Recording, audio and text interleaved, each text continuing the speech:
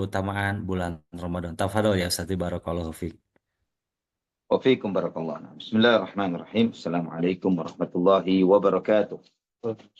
Innal hamdalillah nahmaduhu wa nasta'inuhu wa nastaghfiruh wa na'udzu billahi min shururi anfusina wa sayyiati a'malina. Man yahdihillahu fala mudilla lahu wa man yudlil fala hadiya lahu. Asyhadu an la ilaha illallah wahdahu la syarika lahu wa asyhadu anna Muhammadan abduhu wa rasuluhu la nabiyya ba'dah. Allahumma salli wa sallim wa barik ala abdika wa nabiyyika Muhammad وعلى آله وصحبه ومن اهتدى بهديه إلى يوم القيامة. قال الله جل وعلا يا أيها الذين آمنوا اتقوا الله حق تقاته ولا تموتن إلا وأنتم مسلمون. أما بعد. Ikhwatal iman, saudaraku fillah rahimani wa rahimakumullah. Alhamdulillah, kita bersyukur kepada Allah Subhanahu wa taala Rabbul Alamin, Ar-Rahmanir Rahim, yang dengan segala limpahan rahmat dan kasih sayangnya Allah Subhanahu wa taala memuliakan kita dengan nikmat Islam. Nikmat yang dengan nikmat ini, saudaraku fillah rahimani wa rahimakumullah, kita meyakini dan menyadari bahwa perjalanan hidup di dunia yang Allah Subhanahu wa taala tetapkan kita untuk menjalaninya adalah perjalanan di mana kita menempuh perjalanan ini yang bermula yang berakhir nanti akan kembali kepada Allah Subhanahu wa taala. Dan tujuan dari perjalanan besar ini adalah agar kita beribadah kepada Allah Subhanahu wa taala.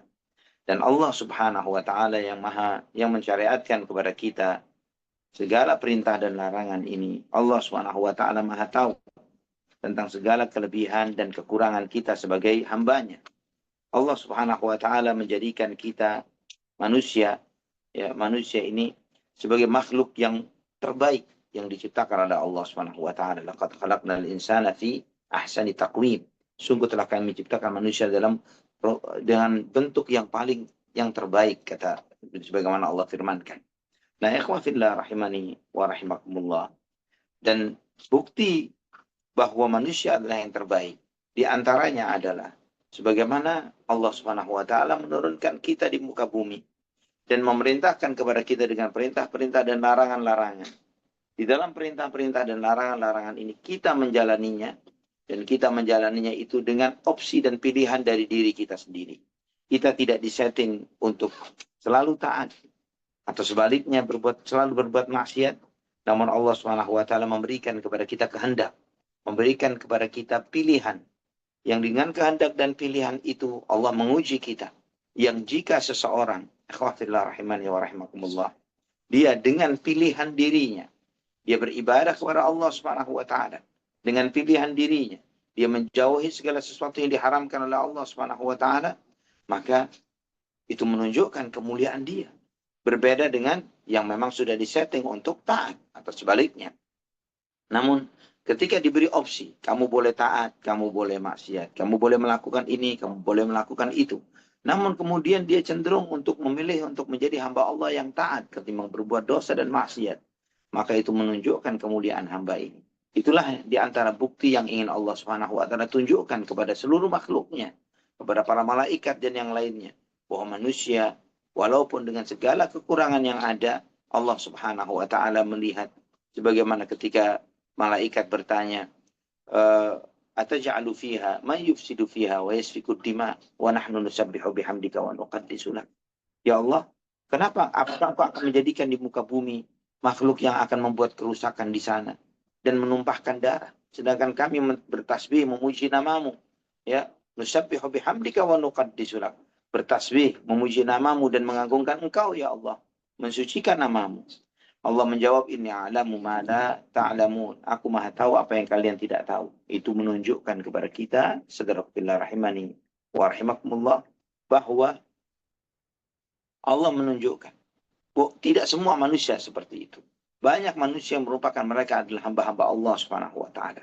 Yang mereka ini dengan sangat loyalnya, dengan sangat antusiasnya, mereka menghambakan dirinya kepada Allah Subhanahu wa taala. Mereka korbankan syahwat dan hawa nafsunya. Mereka korbankan materi dan hartanya lillah, karena Allah Subhanahu wa taala. Dan Allah Subhanahu wa taala yang menciptakan kita, yang maha tahu akan segala kelebihan dan kekurangan kita. Allah tahu bahwa manusia ini tempatnya dosa dan tempatnya salah. Maka Allah Subhanahu wa taala menjadikan bagi kita kesempatan-kesempatan, peluang-peluang untuk bagaimana kita membersihkan dosa-dosa kita. Bagaimana Allah Subhanahu wa taala meleburkan dosa-dosa kita. Dan di dalam syariat ini kita melihat betapa besarnya kemuliaan Allah. Betapa tidak. Antum perhatikan ya ikhwafillah. Setiap dosa dicatat satu oleh Allah. Tidak dilipat gandakan. Setiap kebaikan dicatat 10 oleh Allah Subhanahu wa taala. Dilipat gandakan minimalnya 1000%. Ya, 10 kali lipat. Sampai 700 kali lipat, sampai lipatan-lipatan yang banyak sesuai dengan kehendak Allah Subhanahu wa taala. Dan itu adalah bukti yang luar biasa dari besarnya rahmat dan karunia Allah Subhanahu wa taala kepada kita manusia. Maka Allah Subhanahu wa taala tidak putus-putusnya menyampaikan atau memberikan kepada kita ma'asyiral muslimin rahimani wa rahimakumullah peluang-peluang dan kesempatan-kesempatan di dalam setiap hari dalam 24 jam perjalanan hidup kita. Setiap pekan, setiap bulan, setiap tahun. Yang itu ada yang secara rutin. Sebagaimana setiap hari adalah sholat 5 waktu. Wudhu yang kita lakukan. Langkah ke masjid. Yang setiap hal itu menghapuskan dosa dan meninggikan derajat. Dan subhanallah ikhwafillah rahimani wa rahimakumullah. Dengan sejumlah kebaikan-kebaikan besar lainnya yang Allah berikan. Ya, di antaranya ibadah umrah yang alhamdulillah yang dilakukan oleh teman-teman kita, saudara-saudara kita. Yang di sini kita melihat betapa luar biasanya rahmat dan karunia Allah Subhanahu wa taala dan betapa besar keagungan dan kemuliaannya. Antum perhatikan ikhwatal iman, rahimani wa rahimakumullah, bahwa bagaimana manusia menunjukkan loyalitas dan cintanya yang sedemikian dahsyat dan besarnya. Sampai mereka mau mengorbankan hartanya. Mereka melakukan semua perjalanan jauh. Tua, muda, sangat tua renta bahkan. Mereka datang ke Baitullah, tawaf, sa'i. Mereka berjalan, mereka berlari. Mereka melakukan itu semuanya. Dengan segala kesederhanaannya. Ini bukanlah ibadah yang ringan. Ibadah yang cukup melelahkan. Yang ketika kita menunaikan ibadah umrah itu, langkah rata-rata di 20 sampai 22 ribu langkahan. Ya, yang kita lakukan di dalam menjalankan ibadah umrah, tawaf dan sa'i ini. Waktu yang sangat lama, melelahkan.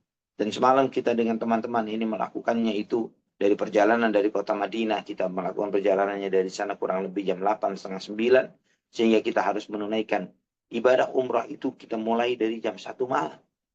Dan subhanallah berakhirnya adalah menjelang subuh atau azan subuh. Baru kita selesai menunaikan ibadah umrah ini. Yang artinya dari kemarin sampai selesai ibadah umrah, kita belum istirahat, belum tidur. Dan ini subhanallah ikhwafillah, bukan kita saja dari grup ini saja. Tapi ratus jutaan bahkan kaum muslimin melakukan itu setiap saat dan waktu. Melakukan ibadah ini. Ini kekuatan apa? Kekuasaan apa yang bisa menunjukkan sedahsyat ini? Jika bukan kekuatan yang maha agung Allah Subhanahu wa taala Rabbul Alamin. Sebagaimana di dalam sebuah kisah ada seorang filosof, ya, seorang filosof muslim yang sangat fenomenal yang diakui oleh dunia, yaitu Ibnu Sina, walaupun dikait dengan keyakinan dan akidahnya banyak dipermasalahkan oleh para ulama, tapi dia mengklaim dirinya muslim. Dia mengatakan dia beriman kepada Nabi Muhammad SAW dengan segala kehebatan filsafat yang ada pada dirinya. Sehingga membuat beberapa pengikutnya bersikap hulu, berlebihan. Dan sampai bertanya-tanya, kamu ini sudah sangat hebat, sudah sangat luar biasa. Kenapa kamu kok masih beriman kepada Nabi Muhammad SAW? Sehingga ada pengikutnya sampai merasa bahwa Ibnu Sina lebih hebat dari Nabi Muhammad SAW. Ini dikisahkan oleh Sayyid Muhammad Rashid Ridha, rahimahullah, di dalam kitab beliau Al-Wahyul Muhammad. Maka kemudian si filosof ini sekali waktu, dia di waktu malam dia membangunkan temannya ini, murid setianya ini, dengan minta untuk diambilkan air. Minta untuk diambilkan air. Sekali dia minta diambilkan air, temannya nggak bangun. Murid setianya ini nggak bangun. 2 kali, 3 kali, nggak bangun-bangun. Sampai masuk waktu subuh. Ya, ini waktu itu di Asbahan, di daerah Persia di Iran, yang musim lagi sangat dingin yang luar biasa sehingga membuat berat murid dari Ibnu Sina ini tadi untuk mengambil air itu tadi. Nah, subhanallah sampai masuk waktu subuh terdengar kumandang azan yang melantun pada saat itu. Allahu Akbar, dan seterusnya. Maka di saat itulah dibangunkanlah oleh Ibnu Sina, murid setianya ini tadi. Dan dia mengatakan, sekarang saya ingin menjelaskan kepadamu tentang permasalahan yang kamu seringkali terheran-heran. Kenapa saya beriman kepada Nabi Muhammad SAW? Itu kamu terheran-heran. Padahal menurutmu, saya lebih hebat dari Nabi Muhammad SAW. Maka kemudian Ibnu Sina mengatakan, kamu lihat bahwa saya minta hal yang sederhana kepadamu untuk diambilkan air. Kamu nggak perlu keluar rumah dari rumah ini. Namun kamu tidak mau untuk mengambilkan air itu untukku. Dan kamu perhatikan bagaimana muadzin ini. Dia ini orang Persia, bukan orang Arab. Dan dia ini orang Persia, bukan orang Arab. Namun dia menuju tempat yang paling dingin yang ada di kota ini. Di malam hari, di waktu subuh, waktu yang sangat dingin. Di musim dingin, paling dinginnya ya adalah menjelang subuh. Dan dia menaiki menara, karena azan di zaman itu bukan pakai mic, bukan pakai speaker. Ya, dia menaiki menara, artinya tempat yang paling tinggi di kota ini adalah di situ. Dan dia teriakkan nama Muhammad, Nabi Arab ini, dia suarakan kepada seluruh penjuru Asbahan. Supaya mereka mau mendengarkan azan ini dan melaksanakan ibadah sholat. Kekuatan apa ini? Itu pesan yang disampaikan. Kekuatan apa itu? Apakah itu menunjukkan, apakah ada kekuatan manusia biasa yang bisa membuat orang itu beriman sampai sedemikian loyalnya? Tidak akan ada, ya khawafillah rahimani wa rahimahullah. Jika ini bukan karena kekuatan wahyu dari Allah, kekuatan fitrah yang Allah cipinkan di dalam hati antum dan kita semuanya, yang membuat kita itu begitu merasa tentram, merasa bahagia, merasa berada di tempatnya ketika kita menjalankan ibadah kepada Allah Subhanahu wa taala. Ikhwatal iman rahimani wa rahimakumullah. Dan inilah kelemahan kita di saat yang bersamaan di samping kita ini melakukan segala ibadah-ibadah dengan penuh antusias. Namun juga kita ini berbuat salah siang dan malam. Berbuat dosa siang dan malam. Sebentar kita taat, sebentar kita dosa, sebentar kita taat, dan seterusnya demikian. Non-stop, nggak ada habis-habisnya. Namun seorang hamba Allah yang beriman, yang bertakwa kepada Allah, ketika dia berbuat dosa, dia sadar. Dia tahu bahwa itu kesalahan dan dosa. Dia menyesali perbuatan itu. Dia bukan bahagia, bukan akhadzatul izzatu bil itsm. Dia tidak bangga dengan maksiat dan dosanya. Dia merasa dirinya najis dan kotor karena dosa yang dia lakukan. Dan dia berusaha untuk menutupinya dengan kebaikan-kebaikan yang dia lakukan. Maka Allah bukakan peluang-peluang itu. Peluang-peluang di mana kita mencuci habis segala dosa yang kita lakukan selama perjalanan hidup kita. Dan peluang-peluang itu begitu dahsyatnya. Yang peluang-peluang ini akan membuat nantinya iblis dan bala tentaranya syaitan akan meratap dan merana. Bagaimana ketika mereka sedemikian rupa mencoba menggoda manusia, namun subhanallah ikhwafillah rahimani wa rahimakumullah, ternyata yang digoda ini dia diberi taufik, diberi hidayah oleh Allah Subhanahu wa taala. Ya, yang digoda ini kemudian dia dengan hidayah yang Allah berikan kepada dia, orang itu kemudian melakukan ketaatan kepada Allah. Di saat yang bersamaan juga Allah memberikan anugerah yang lainnya. Di samping diberi hidayah dan ketaatan, Allah Subhanahu wa taala juga memberikan ampunannya. Yang ini di luar ekspektasinya iblis dan syaitan. Allah mengampuni dosa-dosanya.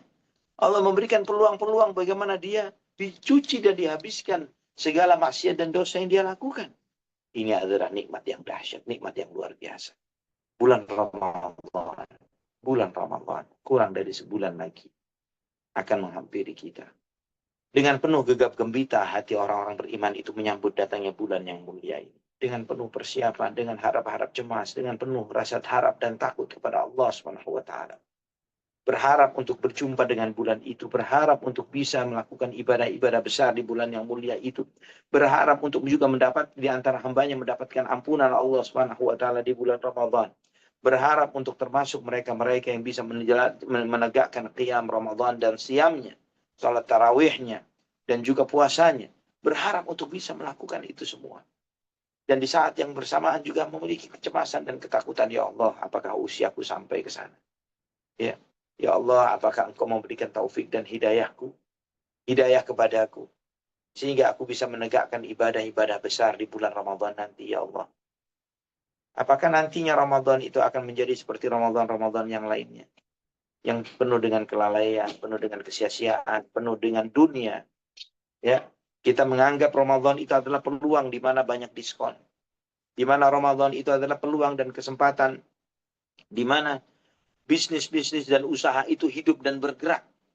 Di mana dagangan-dagangan itu laku dan laris. Maka yang kita siapkan adalah promo-promo. Yang kita siapkan adalah paket-paket. Yang kita siapkan adalah produk-produk. Yang kita pikirkan berapa kira-kira cuan yang akan kita peroleh. Keberuntungan yang akan kita raih secara finansial. Bukan secara iman dan takwa. Secara finansial di bulan Ramadan.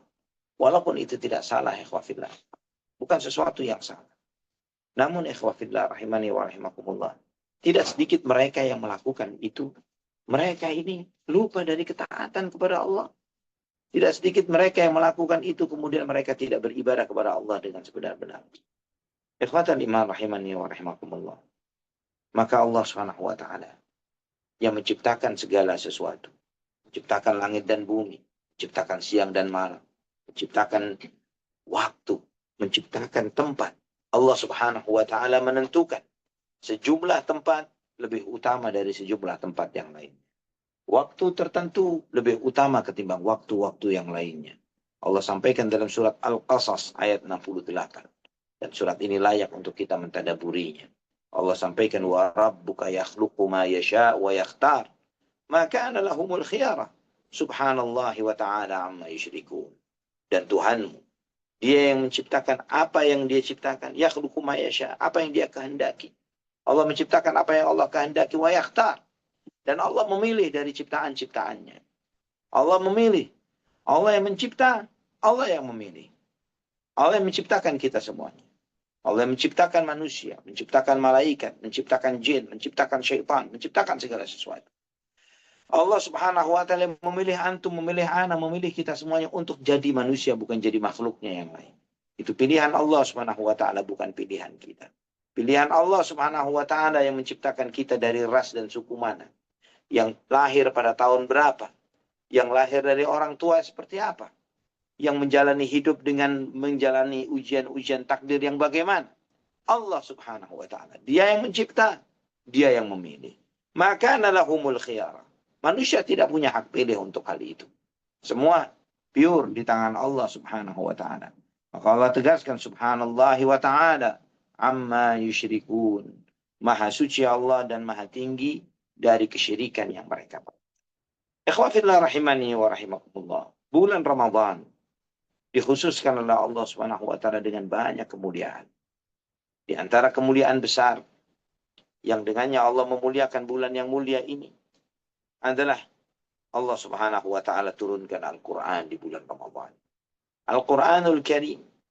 Jangan ditanya akan keagungan dan kemuliaannya. Mukjizat Nabi yang mulia Muhammad sallallahu alaihi wasallam yang bisa kita sentuh dengan tangan kita, yang bisa kita nikmati dan bisa kita tunjukkan kepada siapapun. Petunjuk bagi manusia. Penjelasan dari segala petunjuk itu. Membimbing manusia dari kegelapan menuju cahaya. Yang merupakan petunjuk yang terlurus dan terbenar. Inna hadzal Qur'ana yahdi lillati hiya aqwam. Sesungguhnya Al-Quran ini memberikan petunjuk kepada yang paling lurus, yang paling benar. Ini Al-Quran. Dan Allah turunkan, Allah pilih kitab suci yang terbaik ini. Yang diberikan kepada Nabi yang terbaik. Dibawa oleh malaikat yang terbaik. Allah pilih agar turun di bulan yang terbaik. Syahrul Ramadan. Allah firmankan di dalam surat Al-Baqarah ayat 185. Syahrul Ramadan alladhi unzila fihi al-Quran. Hudan linnas. وبينات من الهدى والفرقان فمن شهد منكم الشهر فليصم ومن كان مريضا أو على سفر فعدة من أيام أخر يريد الله بكم اليسر ولا يريد بكم العسر ولتكملوا العدة ولتكبروا الله على ما هداكم ولعلكم تشكرون. Bulan Ramadan adalah bulan diturunkannya Al-Quran yang merupakan petunjuk bagi manusia. Penjelasan dari petunjuk itu dan Furqan yang membedakan antara benar dan salah. Maka barang siapa di antara kalian yang menyaksikan bulan itu hendaklah dia puasa. Dan barang siapa yang sakit atau dalam perjalanan maka dia menggantinya di hari yang lain. Allah menginginkan kemudahan bagi kalian dan Allah tidak menginginkan kesusahan bagi kalian. Dan agar kalian menyempurnakan jumlah bilangan itu.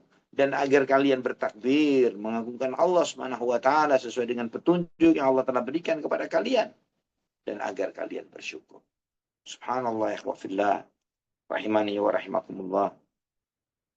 Banyak ilmu, banyak hikmah, banyak pelajaran yang Allah sampaikan di dalam ayat yang mulia ini di surat Al-Baqarah ayat 185. Surat Al-Baqarah yang merupakan sanamul Quran, punuknya Al-Quran. Surat yang paling panjang di dalam Al-Quran.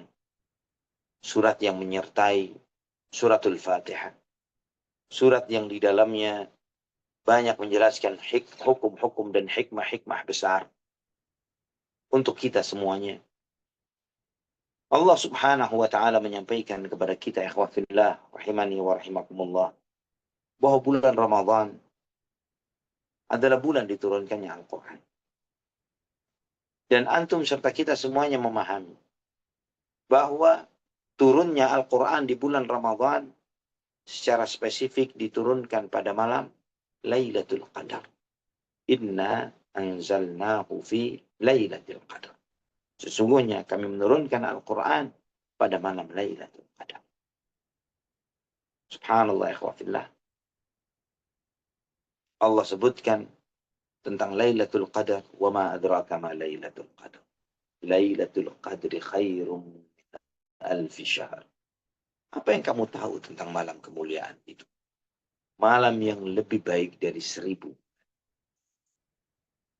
Kenapa malam itu menjadi sehebat itu? Karena Allah turunkan Al-Quran pada malam itu. Malamnya pun menjadi malam terbaik sepanjang tahun. Ikhwatullah. Rahimani wa rahim. Bulannya menjadi bulan yang terbaik. Dan karena kita menyadari bahwa Lailatul Qadar itu selalu ditetapkan oleh Allah pada 10 hari terakhir di bulan Ramadan, maka itu mengajarkan, menyampaikan pesan kepada antum dan kita semuanya. Bahwa sebagian kaum muslimin yang merayakan nuzulul Quran, turunnya Al-Quran, pada tanggal 17 Ramadan adalah kesalahan.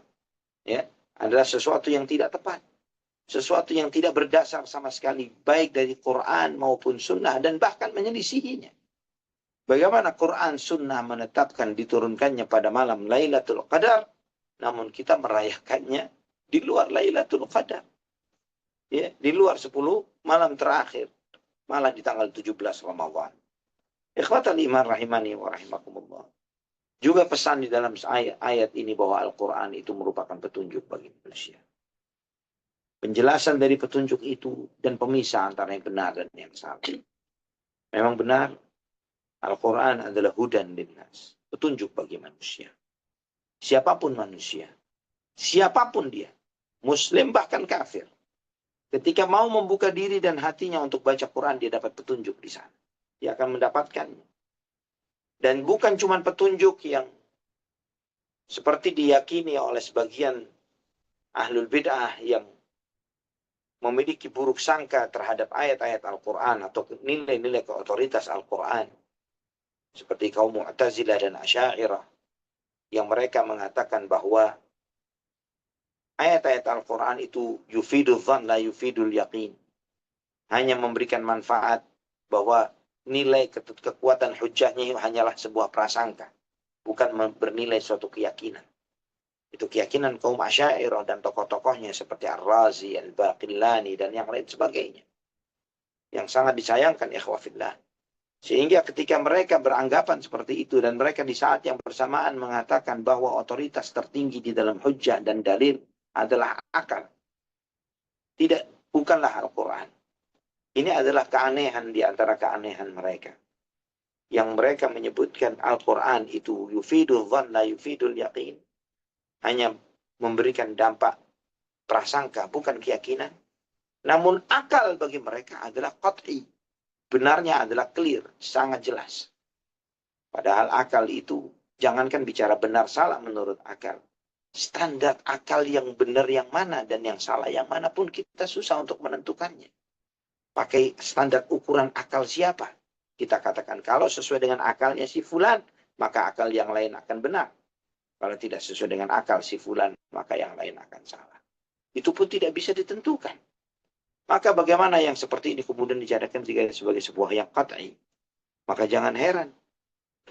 Tidak sedikit dari mereka yang termakan dengan pemikiran dan syubhat ini sampai beranggapan kalau seseorang itu menelan mentah-mentah pesan Allah di dalam Al-Quran maupun sunnah, dia bisa kufur. Subhanallah. Sampai sebegitunyakah keyakinan Anda terhadap Al-Quran? Sehingga yang Allah sebut sebagai petunjuk bukan lagi menjadi sebuah petunjuk, tapi sebagai sebuah labirin yang penuh dengan jebakan. Hah? Apakah seperti itu? Sedangkan Allah tidak mengatakan tidak cukup dengan hudan linnas, tapi wabayyinatim minal huda. Penjelasan dari petunjuk itu. Wal furqan, yang membedakan antara yang benar dan yang salah. Tidak akan disifati dengan 3 sifat seperti ini. Petunjuk, penjelasan dari petunjuk itu, uraian dari petunjuk itu, pembeda antara yang merah, yang hitam, yang putih, pembeda antara yang benar dan yang salah. Tidak akan disifati seperti ini kecuali sesuatu yang memang benar-benar hujjah. Sesuatu yang memang benar bahwa kebenarannya adalah mutlak. Yang tidak bisa dinegosiasikan lagi. Ikhwatal iman rahimani wa rahimah. Menariknya lagi ketika Allah menyampaikan di dalam ayat ini, فَمَنْ شَهِدَ مِنْكُمُ الشَّهْرَ فَلْيَصُمْ. Maka barang siapa di antara kalian yang menyaksikan bulan itu, maka hendaklah dia berpuasa. Allah menyampaikan dengan kata maka di sini. Yang dijelaskan oleh para ulama sebagai fa'us sababiyah. Maka yang berarti sebab. Maka oleh sebab karena itu maksudnya. Jadi kata maka di situ mengandung makna oleh sebab karena itu maka hendaklah kalian berpuasa. Jadi seakan-akan Allah menyampaikan kepada antum, kepada kita semuanya. Kenapa Allah memilih Ramadan sebagai bulan puasa, bukan bulan-bulan yang lainnya, bukan Rajab, bukan Sya'ban, dan yang lainnya. Karena Allah turunkan Al-Quran di bulan ini. Karena besarnya Al-Quran. Maka kalau antum ditanya atau bertanya, amalan apa yang terbaik di bulan Ramadan setelah puasa Ramadan? Baca Quran. Baca Al-Quran. Karena puasa itu pun ditegakkan oleh Allah di bulan Ramadan ini untuk memuliakan Al-Quran. Untuk memuliakan Al-Quran. Ikhwatal iman rahimani wa rahimakumullah. Maka di bulan ini juga disebut oleh para ulama sebagai Syahrul Quran. Bulannya Al-Quran. Dan bagaimana Nabi SAW meresponnya.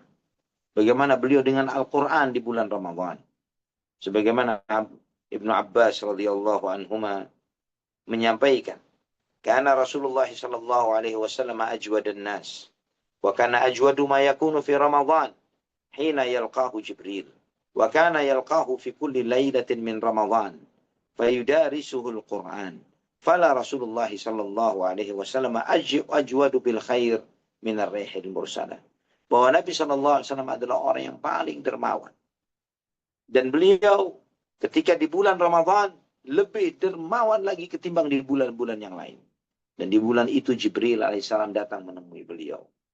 Tiap malam di bulan Ramadan. Malaikat Jibril tiap malam di bulan Ramadan menemui Nabi Muhammad SAW.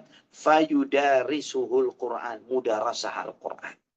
Ngaji Quran bareng Nabi Muhammad SAW. Tiap malam Ramadan. Jibril alaihissalam. Dan Nabi Muhammad SAW. Tiap malam. Fala Rasulullah SAW ajwadu bil khairi minar rihil mursalah. Dan sungguh Rasulullah SAW lebih dermawan ketimbang angin yang bertiup kencang. Ada pesan juga dari apa yang disampaikan Ibnu Abbas radhiyallahu anhuma ketika mengaitkan antara Quran dan kedermawanan. Di situ mengajarkan kepada antum, kepada kita semua, ikhwafillah rahimani wa rahimakumullah, bahwa ahlul Quran, orang-orang yang membaca Al-Quran dan mengkaji isinya adalah mereka-mereka yang mengambil pelajaran-pelajaran berharga dari Al-Quran. Di antara pelajaran berharga itu adalah tidak bolehnya bakhil, tidak bolehnya kikir, dan malah sebaliknya ahlul Quran, mereka akan menjadi orang-orang yang paling dermawan. Ikhwatal iman rahimani wa rahimakumullah. Untuk memudahkan kita di dalam menjalankan ibadah di bulan yang mulia ini, maka Allah Subhanahu wa ta'ala memberikan fasilitas tambahan bagi antum, bagi kita semuanya. Sehingga segala hal-hal berat yang kita lakukan di luar Ramadan menjadi begitu gampang dan ringannya di dalam bulan Ramadan. Ya, kenapa kemudian begitu gampang dan mudah bagi kita? Di luar Ramadan kita dengan susah payahnya untuk menjaga sholat 5 waktu di masjid. Tapi ketika masuk Ramadan, bukan cuma 5 waktu lagi di masjid. Qobliyah, Ba'diyah, Tarawih. Kita lakukan di masjid. Dengan semangatnya di bulan Ramadan, kita baca Al-Quran dengan cukup signifikan. Dengan semangatnya kita mau bersedekah. Dengan semangatnya kita menjalankan ibadah puasa 1 bulan. Padahal puasa sunnah Senin Kemis atau 3 hari dalam setiap bulan sering bolong. Tapi tidak untuk di bulan yang hebat ini. Apa fasilitas yang Allah berikan sehingga begitu mudahnya kita menjalankan semua kebaikan-kebaikan ini? Di dalam Sahih Bukhari dan Muslim dari hadis Abu Hurairah radhiyallahu anhu, Nabi sallallahu alaihi wasallam bersabda, "Idza dakhala Ramadan, futihat abwabul jannah wa ghulqat abwabu jahannam wa sulsilati syayatin."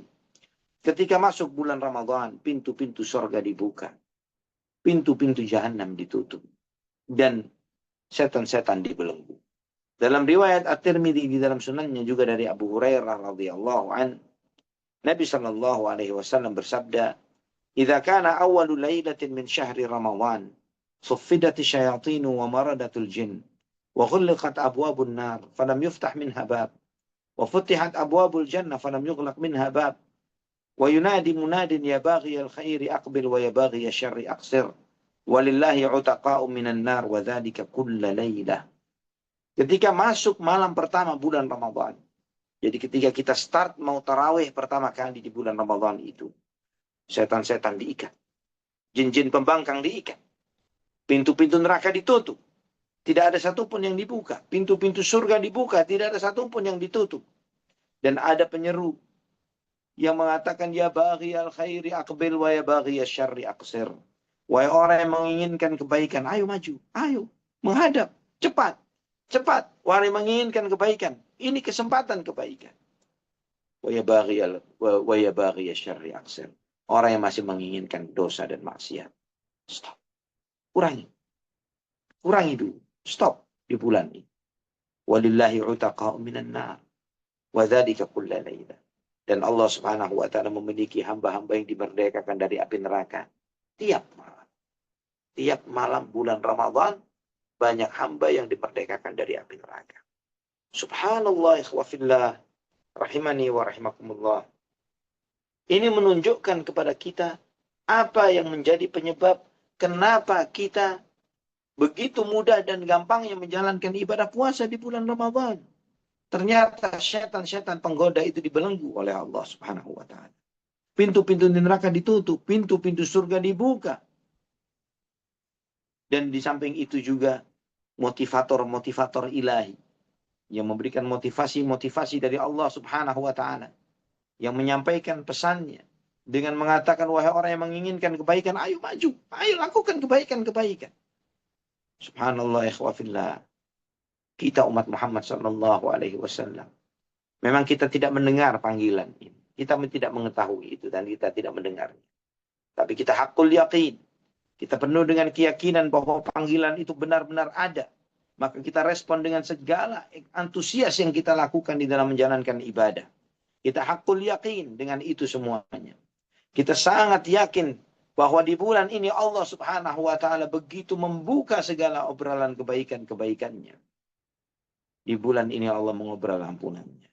Di bulan ini Allah memberikan kesempatan kepada kita untuk naik kelas. Bukan cuma eh, kecepatan yang bukan akselerasi yang cuma 1-2 tingkat, tapi bisa ratusan bahkan ribuan tingkat. Ikhwatal iman rahimani wa rahimakumullah. Dan tidak cukup sampai di sana. Allah subhanahu wa ta'ala memerdekakan banyak hambanya dari api neraka tiap malam di bulan Ramadan. Subhanallah. Andai kata kita tahu siapa di antara kita yang dapat label itu ketika selesai dari bulan Ramadan, maka kita ucapkan selamat kepada yang bersangkutan. Dan kemudian kita mensyukuri nikmat itu dengan sebaik-baiknya. Kemudian sesudah itu kita menjaga diri kita. Jangan sampai yang sudah dibebaskan dari api neraka ini diampuni dosa-dosanya. Kemudian kita kotori dengan noda-noda dosa yang lain. Ikhwatal iman rahimani wa rahimakumullah. Di antara kemuliaan bulan yang mulia ini adalah adanya malam yang lebih baik dari 1000 bulan. Lailatul Qadar. Yang antum tahu, lebih baik dari 1000 bulan. Khairun min alfi syahr. Lebih baik dari 1000 bulan. Jika dikatakan lebih baik dari 1000 bulan, artinya bukan sama dengan 1000 bulan. Tapi khair. Lebih baik. Bukan sama dengan. Maka itu mengajarkan kepada antum, kepada kita semua, ikhwafillah rahimani wa rahimakumullah, bahwa semua aktivitas ibadah yang kita lakukan di bulan itu dilipat gandakan oleh Allah SWT. Di malam itu seakan-akan antum beribadah lebih dari 1000 bulan. Kalau dikatakan oleh Allah lebih dari 1000 bulan, berapa bulan? Wallahu a'lam. Hanya Allah yang tahu. Hanya Allah yang tahu. Apakah itu 2000, 10.000, 100.000, 1 juta? Hanya Allah yang tahu. Bahwa pada malam itu ketika antum beribadah, maka pada malam itu Allah mencatat untuk antum amal ibadah yang lebih dari 1000 bulan. Siapa yang bisa 1000 bulan berzikir kepada Allah non-stop tanpa lalai? Siapa yang bisa membaca Al-Quran 1000 bulan non-stop tanpa berhenti? Siapa yang bisa beristighfar kepada Allah selama 1000 bulan non-stop? Namun ketika antum mendapatkan peluang untuk Lailatul Qadar, maka dicatat bagi antum kebaikan beramal lebih baik dari 1000 bulan. Ikhwatal iman. Maka tidak heran jika Nabi SAW sampai menyampaikan, Man qama Lailatul Qadri imanan wa ihtisaban ghufira lahu ma taqaddama min dhanbihi. Barang siapa yang menghidupkan malam Lailatul Qadar dengan keimanan, dengan penuh keimanan, dan mengharapkan pahala dari Allah, diampuni dosa-dosanya yang lalu. Allahu Akbar. Diampuni dosanya hanya saat melaksanakan sholat 1 malam itu. Lailatul Qadar. Andai kata kita bisa tahu malam yang mana itu, sehingga kita akan menjaga dan mencari malam yang hebat ini tadi. Namun ikhwafillah, hikmahnya Allah Subhanahu wa taala menyembunyikan malam itu supaya kita tidak mengandalkan dan menyandarkan hanya di malam itu saja kita maksimal di dalam beribadah, tapi sepanjang 1 bulan. Dan ini sesuatu yang sangat layak. Bagaimana tidak layak ikhwafillah? 1 bulan. Namun Allah mengampuni dosa-dosa kita seumur hidup. 1 bulan. Dan Allah Subhanahu wa taala meninggikan derajat kita dengan sangat luar biasa. Ikhwatal iman rahimani wa rahimakumullah. Juga tiap malam di antara kemuliaan bulan Ramadan, tiap malam itu selalu ada doa mustajab. Selalu ada hamba-hamba yang dimerdekakan dari api neraka. Sebagaimana Al-Bazzar meriwayatkan dari hadis Abu Sa'id Al-Khudri radhiyallahu anhu, Nabi SAW bersabda, Inna lillahi fi kulli yawmin wa laylatin utaqa'a minan nar, wa inna li kulli muslim fi kulli yawmin wa laylatin da'watan yad'u biha fa yustajabu lah. Bahwa di bulan Ramadan Allah Subhanahu wa taala memiliki hamba-hamba yang dimerdekakan dari api neraka tiap malam. Tiap malam selama bulan Ramadan. Dan tidak cukup sampai di sana ya ikhwafillah rahimani wa rahimakumullah. Juga setiap malam ada doa mustajab yang Allah kabulkan dari setiap doa-doa kita. Subhanallah. Setiap malam doa mustajab. Di samping semua bonus yang ada, yang ini ikhwafillah rahimani wa rahimakumullah. Setiap kebaikan yang Allah berikan, kita sudah susah untuk mengukur nilainya. Namun itu diobral, ditambahkan.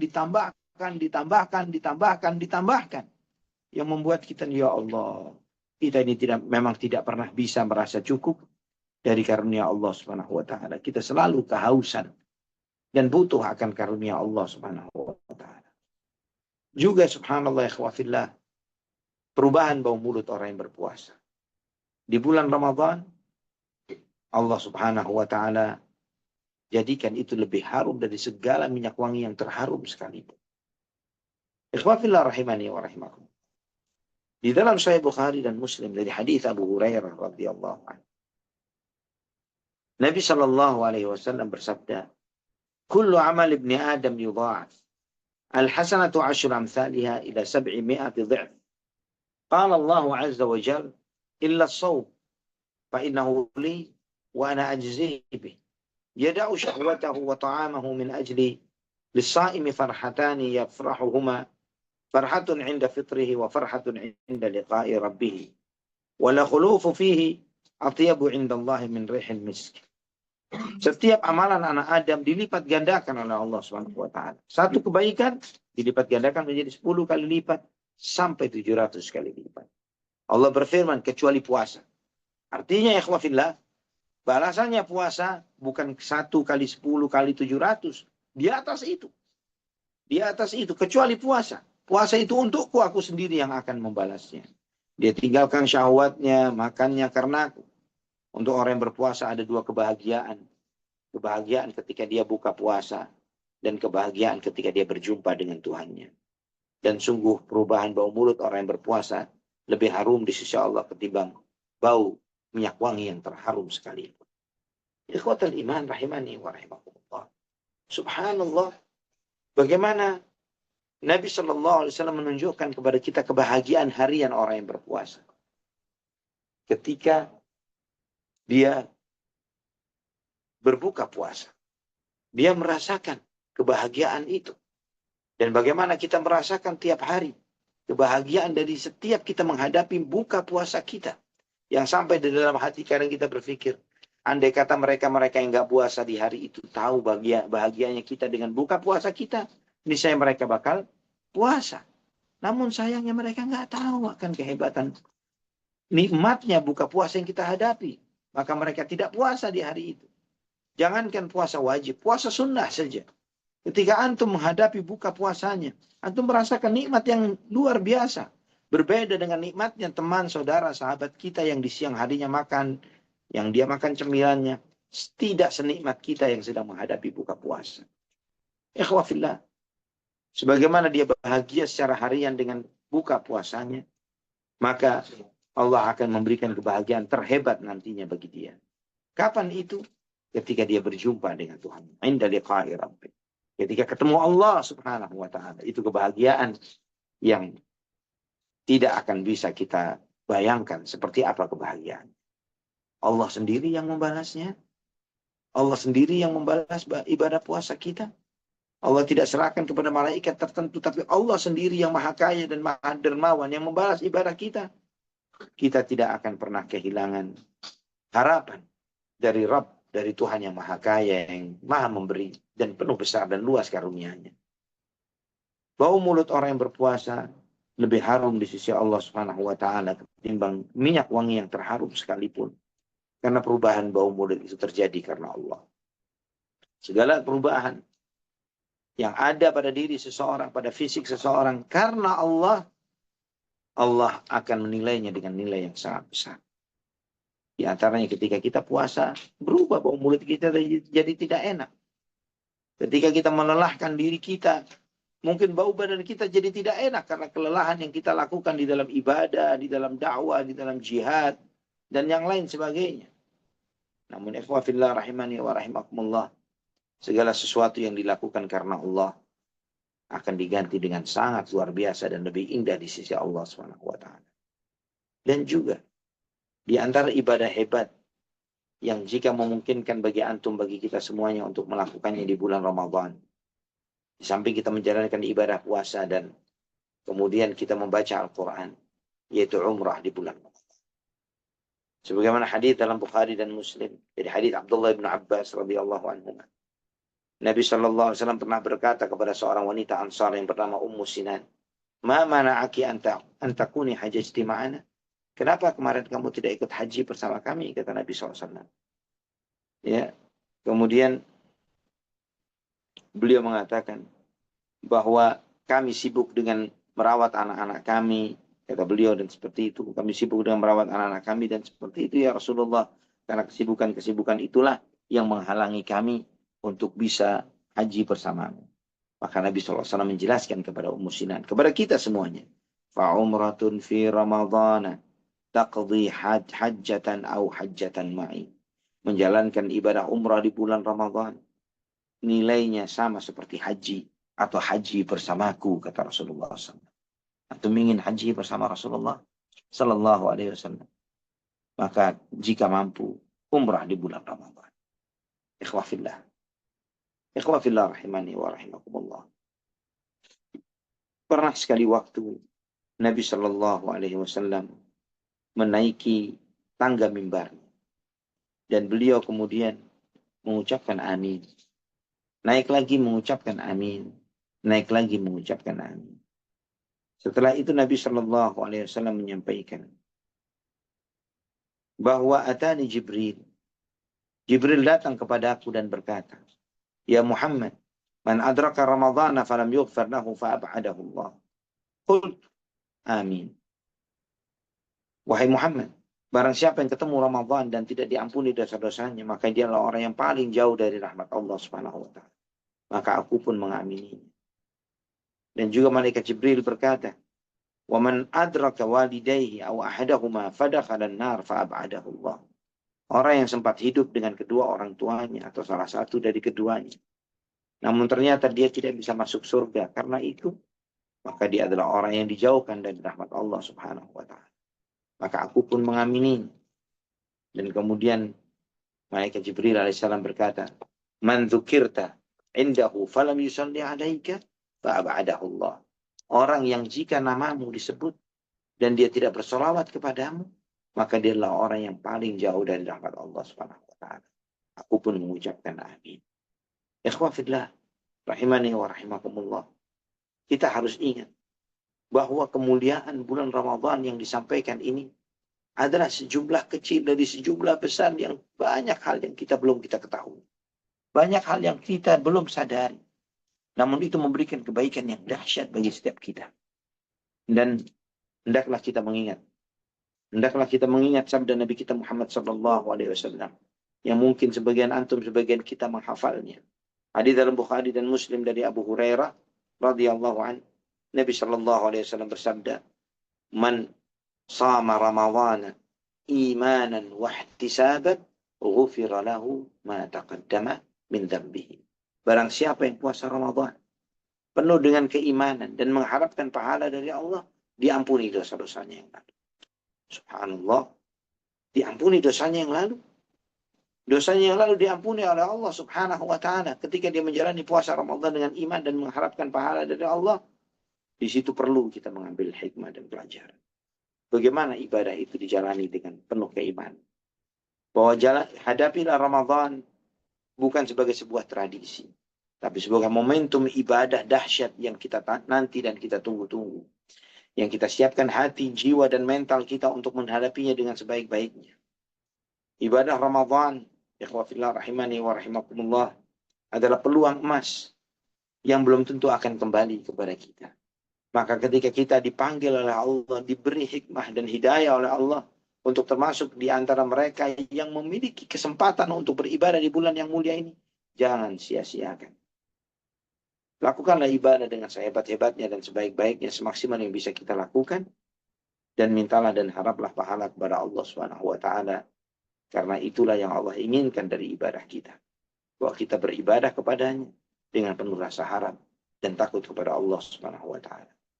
Semoga ya ikhwafillah rahimani wa rahimakumullah, antum, kita semuanya, ana, diberi taufik dan hidayah oleh Allah Subhanahu wa taala untuk bisa menjalankan ibadah puasa Ramadan dengan sebaik-baiknya. Menyambut bulan ini dengan sehebat-hebatnya. Agar kita termasuk di antara hamba-hambanya yang dilipat gandakan segala kebaikan, diampuni dosa-dosanya, dinaikkan martabat dan derajatnya dengan setinggi-tingginya di sisi Allah Subhanahu wa taala, mendapatkan jatah-jatah terbaik dari anugerah dan rahmat Allah Subhanahu wa taala. Memang hal-hal besar dan baik itu bukan antum, bukan ana raih, bukan kita raih karena effort kita, tapi adalah karena rahmat Allah Subhanahu wa taala. Dan di antara rahmat Allah ketika Allah mudahkan kita untuk menjalankan ketaatan dan menjauhi dosa dan maksiat. Wallahu taala ada wa alam bisawab. Barakallahu fikum. Silakan kalau ada yang Wa bertanya. barakallahu fiik. Baik, Masya Allah, barakallahu fiik Ustazuna, pembuka materi bekal Ramadan yang sangat menggugah sekali, sekaligus juga memberikan kepada kita semua pengingat dan bersiap-siap, sekaligus juga mengkalibrasi keikhlasan kita untuk menyambut bulan Ramadan. Karena seperti tadi yang disampaikan oleh Ustaz bahwa ada sebagian orang yang menganggap bulan suci Ramadan itu sebagai penambahan cuan dan lain sebagainya hingga terakhirnya terlena oleh apa namanya usaha ataupun juga perniagaan sehingga terlupakan niat ataupun juga apa namanya kualitas amal ibadah di bulan Ramadan. Semoga kita tidak termasuk yang demikian dan semoga kita ya termasuk orang-orang yang mengagungkan Allah Subhanahu wa taala sekaligus juga untuk meningkatkan kualitas iman dan ibadah kita kepada Allah Azza wa Jalla. Amin ya rabbal alamin. Tapi untuk selanjutnya kita memasuki sesi 2 yaitu sesi tanya jawab.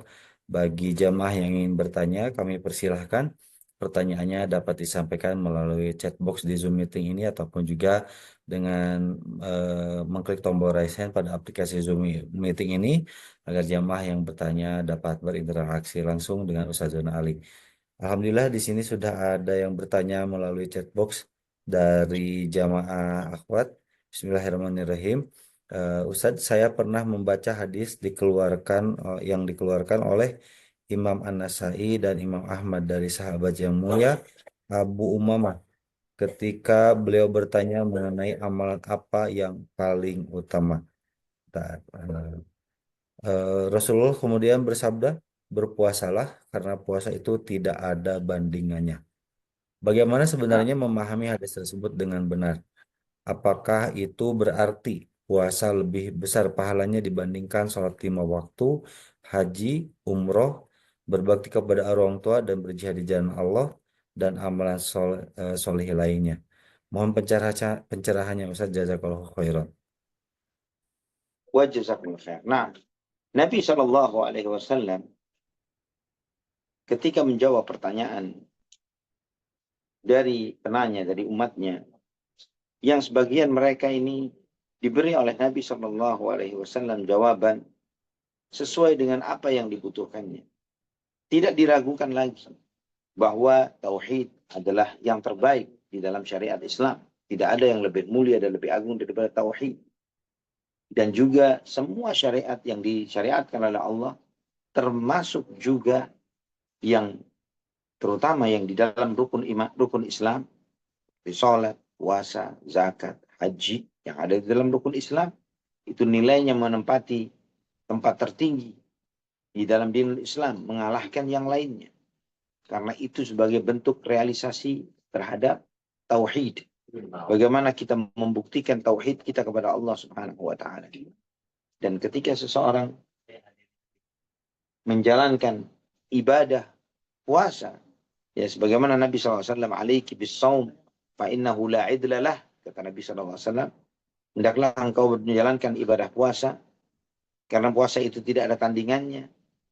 Allah Subhanahu wa taala juga menyampaikan wa antasumu khairan lakum, bahwa hendaklah kamu berpuasa itu adalah lebih baik untukmu, sebagaimana Allah sampaikan dalam surat Al-Baqarah, yang itu menunjukkan besarnya kedudukan puasa di sisi Allah Subhanahu wa taala.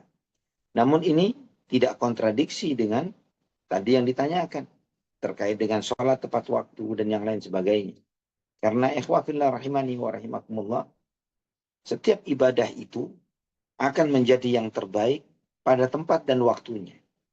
Contoh misalnya, ketika masuk waktu ibadah, sholat misalnya, ada pilihan di sana, yaitu tepat waktu atau birrul walidain. Mana yang lebih didahulukan? Sholat tepat waktu. Karena itulah waktunya. Karena waktunya adalah seperti itu. Di saat itu, sholat tepat waktu lebih utama ketimbang birrul walidain. Namun kemudian ada misalnya orang yang mencoba, ya seperti kisahnya Juraij al-Abid, yang dia ini tidak menggubris panggilan ibunya demi sholat sunnah. Nah ini sholat. Ibadah yang paling dicintai oleh Allah adalah sholat.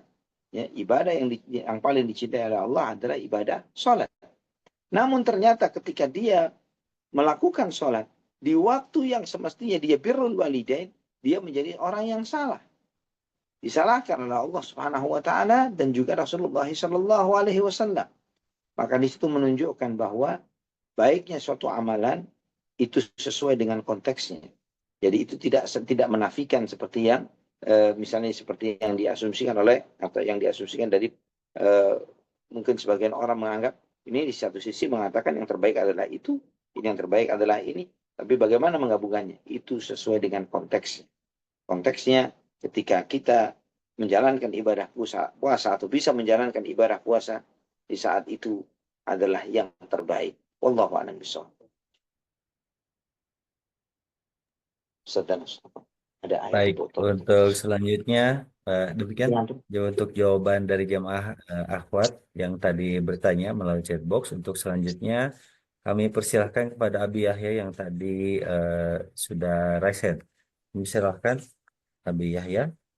Kemudian setelah Abi Yahya nanti insya Allah dilanjut dari pertanyaan di jamaah di Perancis ya. Dilanjut dari pertanyaan di jam. Ya. Assalamualaikum warahmatullahi wabarakatuh. Waalaikumsalam warahmatullahi Waalaikumsalam warahmatullahi wabarakatuh. Jazakumullah khairan Ustaz atas materi pada malam hari ini di Indonesia. Saya ingin bertanya Ustaz, kan ini pertanyaannya mungkin umum ya Ustaz ya, ditanyakan ketika menjelang Ramadan. Iya, mengapa kan tadi dalam hadis setan itu dibelenggu.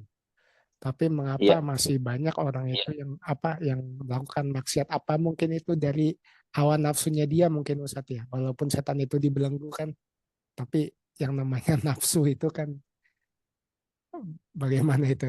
Apa itu mungkin dari nafsunya dia atau bagaimana? Itu pertanyaan pertama Ustaz. Baik. Yang kedua, ya Ustaz, jawab. Pertanyaan yang kedua, Pak? Pertanyaan kedua, adakah doa agar kita bisa kuat dan diberi taufik dan hidayah untuk menghadapi bulan Ramadan ini Ustaz? Doa dari Nabi atau secara umumnya gitu Ustaz?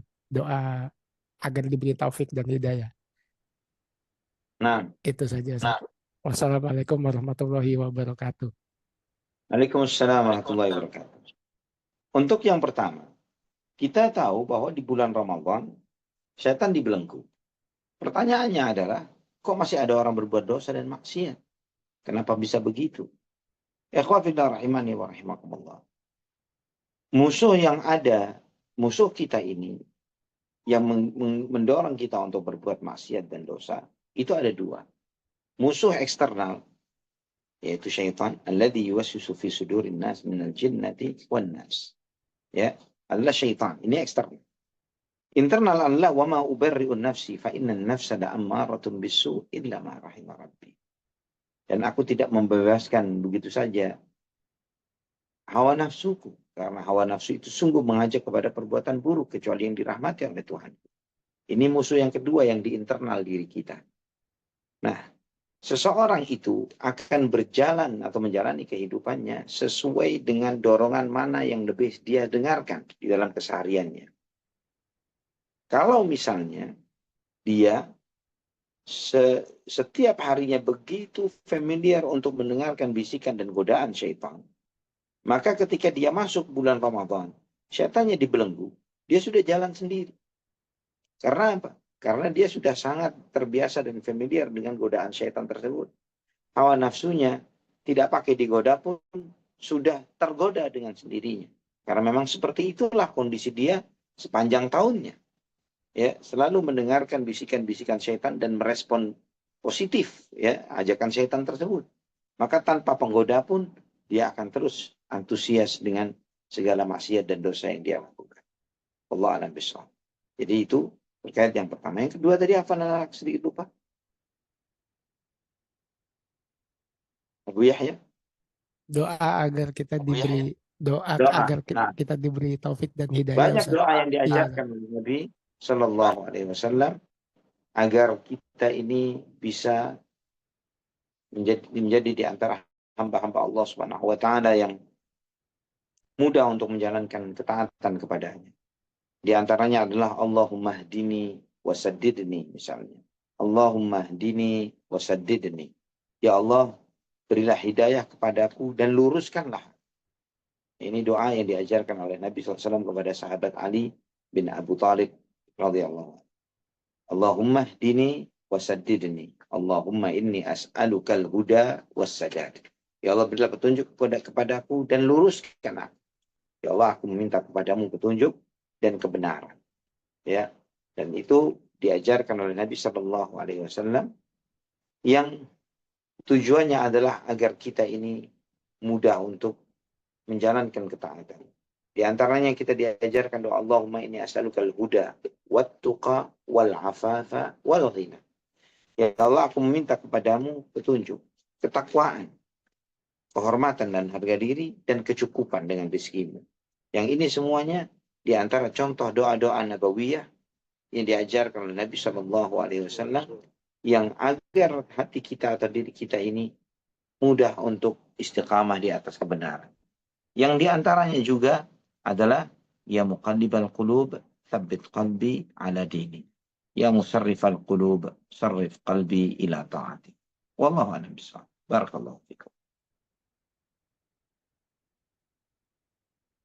Baik, demikian jawaban untuk Abi Yahya atas pertanyaannya dan semoga bermanfaat dan juga mudah-mudahan kita bisa menghafalkan doa-doa tersebut. Amin ya robbal alamin. Untuk berikutnya tadi ada jamaah yang sudah resen. Kami persilahkan untuk atas nama Idar Islami dari Perancis yang ingin bertanya silahkan. Assalamualaikum warahmatullahi wabarakatuh, Ustaz. Waalaikumsalam warahmatullahi wabarakatuh.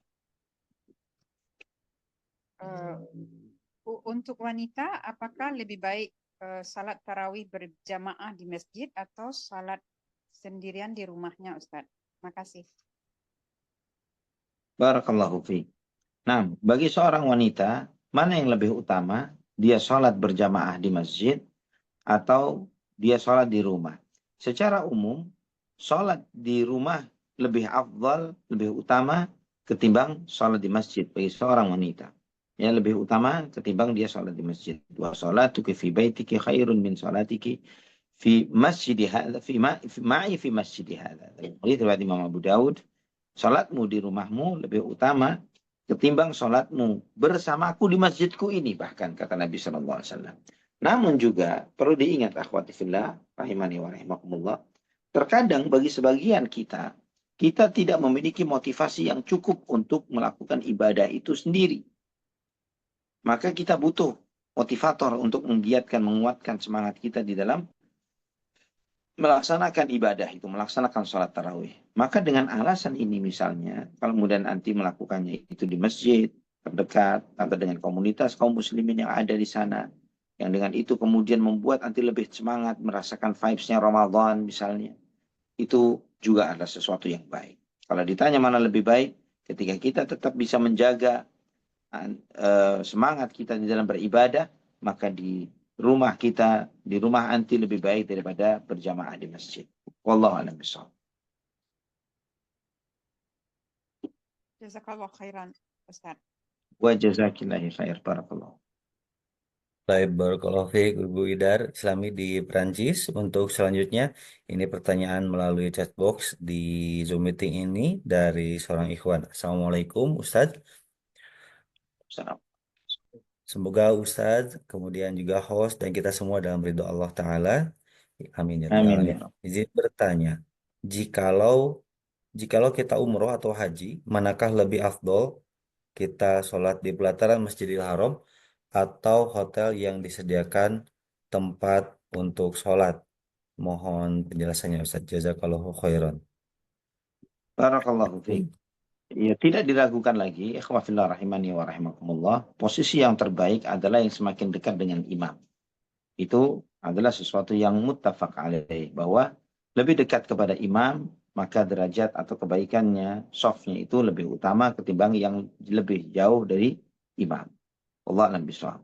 Jadi, tapi juga perlu dipertimbangkan hal yang lainnya. Kalau yang dimaksud adalah pelataran Masjidil Haram, artinya dia di dalam bangunan Masjidil Haram di mana dia bisa nyambung dengan soft-soft yang ada, bukan yang terputus-putus, apalagi di depan-depan kios, di depan-depan toko dengan soft-soft yang renggang, yang terputus-putus, itu tidak menjadi lebih baik bagi dia.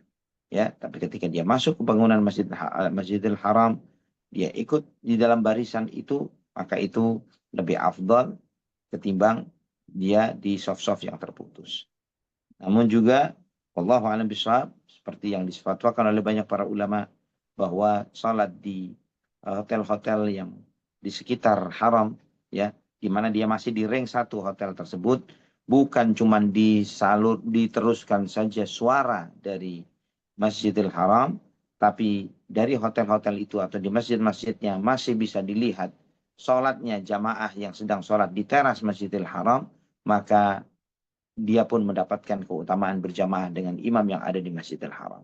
Sebagaimana difatwakan di antaranya oleh salah satu mufti dari kerajaan Saudi Arabia, Syekh Sa'ad Al-Khatlan, hafizahullah. Allah alam bisawab. Mungkin kalau ada satu pertanyaan lagi terakhir, Kang Z, karena kurang Baik, dari setengah jam lagi sudah masuk waktu maghrib, waktu Makkah. maghrib ya. Anak Baik, juga baik insya Allah Ustaz. akan melaksanakan sholat. Nah, Baik. Satu pertanyaan terakhir di sini ada Umu Siti Linda di Amerika. Kami persilahkan. Assalamualaikum warahmatullahi wabarakatuh, Pak Ustadz yang dimuliakan Allah. Waalaikumsalam. Semoga Pak Ustadz selalu berada dalam lindungan Allah dan dalam keadaan sehat walafiat. Amin ya rabbal alamin. Afwan Pak Ustadz, Ana mau tanya, waktu Ana di Masjidil Haram, Ana sholatnya campur-campur ya dengan laki-laki dan perempuan, itu campur. Maksudnya softnya Ana di sebelahnya laki, di sebelahnya lagi perempuan gitu, campur-campur gitu. Itu gimana ya Pak Ustadz? Barakallahu fiik. Ya, ini terjadi bukan hanya di zaman sekarang, Ummu Linda, namun juga terjadi di zaman salafun saleh terdahulu. Ya, bahkan pernah hal ini ditanyakan kepada Imam Malik bin Anas, Imam Darul Hijrah, Imam Masjid Nabawi. Beliau menjadi imam besar di Masjid Nabawi, di mana beliau ditanyakan kepada beliau, ya Imam, ternyata jumlah jamaah akhwat pernah terjadi di zaman Imam Malik, jumlah jamaah wanita itu lebih banyak daripada jamaah laki-laki. Ya, karena saking banyaknya akhwat ini tadi, sehingga menyebabkan sejumlah jamaah laki-laki sholatnya di belakang wanita. Ya, dengan kondisi yang seperti yang terjadi saat ini. Dan kemudian Imam Malik rahimahullah menjawab bahwa tidaklah haraj, tetap tidak mengapa, itu tetap sah sholatnya, tetap berjamaah, karena itu bukanlah sesuatu yang disetting harus seperti itu, tapi karena kondisi dan keadaan yang sangat padat yang menyebabkan kondisi itulah yang terjadi. Seperti itu. Nah, tidak ada saf khusus untuk wanita dan maksudnya ya, jadi kita laki-laki di belakang, bahkan suami anak di belakang anak gitu, gimana Ya. Pak Ustadz? Ya, akhirnya berbaur seperti itu. Nah, Karena kondisi yang tidak memungkinkan bagi anti untuk melaksanakan sholat itu sesuai dengan tempatnya. Kalau di Masjid Nabawi pernah kejadian seperti itu, apalagi di Masjidil Haram gitu. Iya. nah, Yang posisi soft sholat itu melingkari seluruh masjid gitu, seluruh Ka'bah. nah Mas, maaf, Jazakallah khairan katsiran Pak Ustadz. Assalamualaikum warahmatullahi wabarakatuh. Fi amanillah Pak Ustadz. Nah, barakallahu fiikum. Barakallahu fiik untuk Umu Siti Linda di Amerika. Sebelum ditutup, Ustadz, barangkali ada kisi-kisi untuk tema Senin depan. Oke. Tema Senin depan insya Allah keutamaan ibadah puasa. Kita pada kesempatan ini bicara keutamaan bulan Ramadan. Insya Allah kita akan membicarakan tentang keutamaan ibadah puasa secara spesifik, sehingga dengan itu akan semakin membangun semangat kita untuk menjalankan ibadah puasa, terutama ibadah yang wajib. Ya, di samping itu kita menjalankan ibadah puasa sunnah. Itu yang akan menjadi materi kita pada kajian yang akan datang. Baik. Wallahu ta'ala a'lam wa a'lam bishawab. Hakadha Kang Zaid, barakallahu fiik, tafadhal. Ya. Barakallahu fiik, ya, Ustadzana. Alhamdulillah, tidak terasa sudah 1 jam lebih 15 menit kita